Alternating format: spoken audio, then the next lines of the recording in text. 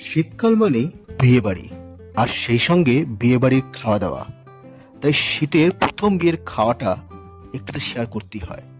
আমরা চার মূর্তি বসেছিলাম একদম শেষ ব্যাচে।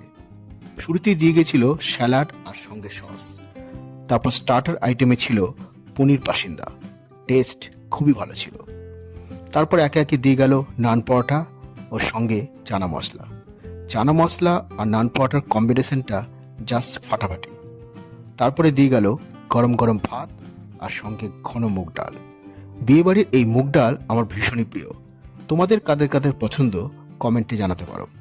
আর একটু পরেই ছিল ফুলকপি রোস্ট, আর তারপরে সব থেকে ডিজায়ারেবল আইটেম অর্থাৎ মটন। টেস্টটা ছিল একদম মুখের লেগে থাকার মতো।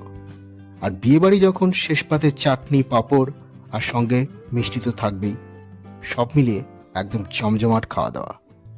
আর সবশেষে যে আইসক্রিমটা দিয়েছিল সেটা প্রথমবার খেলেও টেস্টটা ছিল একদম মুখে লেগে থাকার মতো।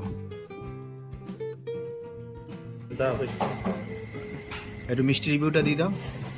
অসাধারণ অসাধারণ।